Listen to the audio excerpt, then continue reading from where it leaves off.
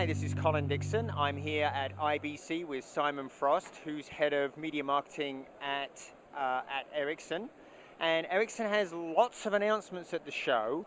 But the first thing I want to pick up on, Simon, with you is talk to us about what you mean by making a network video smart. Well, networks, as we know, are predominantly everywhere, and I think we're seeing an increasing shift towards IP, broadband IP on fixed and wireless networks.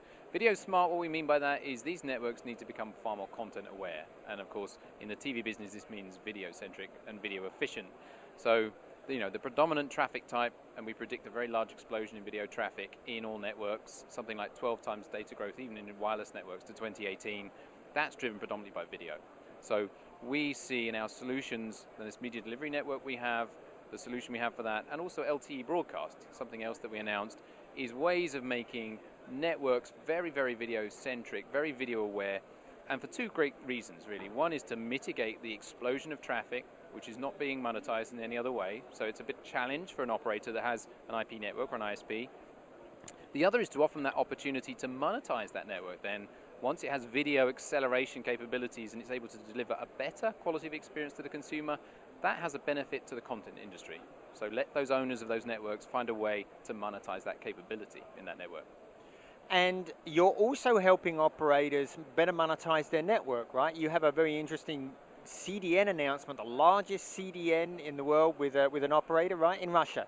That's right, yeah. Geographically enormous, obviously Russia. So yes, we're announcing at the show a great customer win, which is Rostelecom in Russia. It's the world's largest private operator CDN, largest by geography and largest by capacity. It's a 1 terabit per second capacity CDN. So it's a great opportunity for Rostelecom to, as I said, accelerate the consumer experience for their customers, but then monetize that big network investment to the content industry as well. Yeah, that's putting operators in the business of CDNs is a great way for them to monetize their networks, right? So I suppose they're actually working with outside people like OTT providers and stuff like that for delivery on their network. They will be. Yep. I'm not aware of any key announcements we've had so far, or their announcements of content partnerships that they've made. But clearly, that in their plans is not only to reduce the pain points of that video traffic explosion in their network, not only to make the consumer experience better by pushing content to the edge, but as I said, to find a symbiotic relationship with the content industries, the local partners, the local broadcasters, to make that opportunity better for consumers in Russia. Now, you had an interesting term we talked about earlier, brand TV. Tell us what brand TV means. It's a bit of an internal buzzword, really, I think, at the moment, but it's. I think we're seeing the advertising industry really look and think about what it's doing with advertising, and how do they surround their advertising with existing content, or do they start to commission content themselves and use that advertising opportunity, that money they would invest in content, and build an established relationship direct to the consumer? So with internet delivery capabilities now, with an app mentality of getting into devices, I think especially big brands see an opportunity to build a closer, tighter dialogue with customers themselves. And of course, as I say, leverage the investment they may be making in advertising on big TV platforms with building their own content. And of course, why wait around for content to advertise against when you can create your own, right? Now, I would be remiss if I didn't ask you about Mediaroom.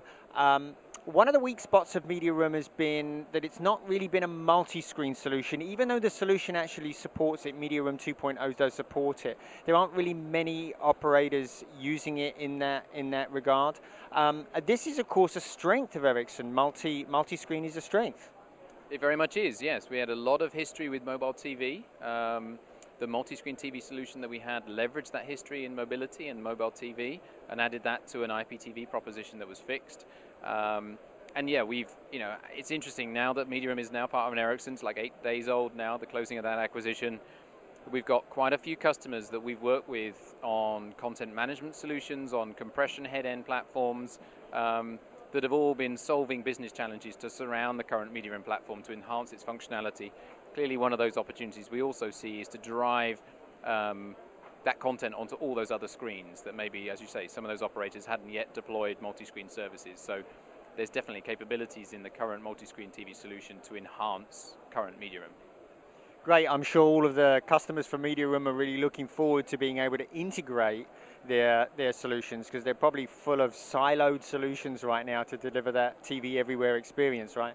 There definitely are some, especially on the larger scale ones, and I think that's often where we also saw content management system opportunities, because when you've got multi-silos of infrastructure delivering content to different devices, you've then got the back office harmonization challenge of getting the VOD catalogs together, getting the offers together, getting timeshift TV assets together. So I mean, that's why we firmly believe in one converged ultimate platform for any pay TV operator in the future, because I think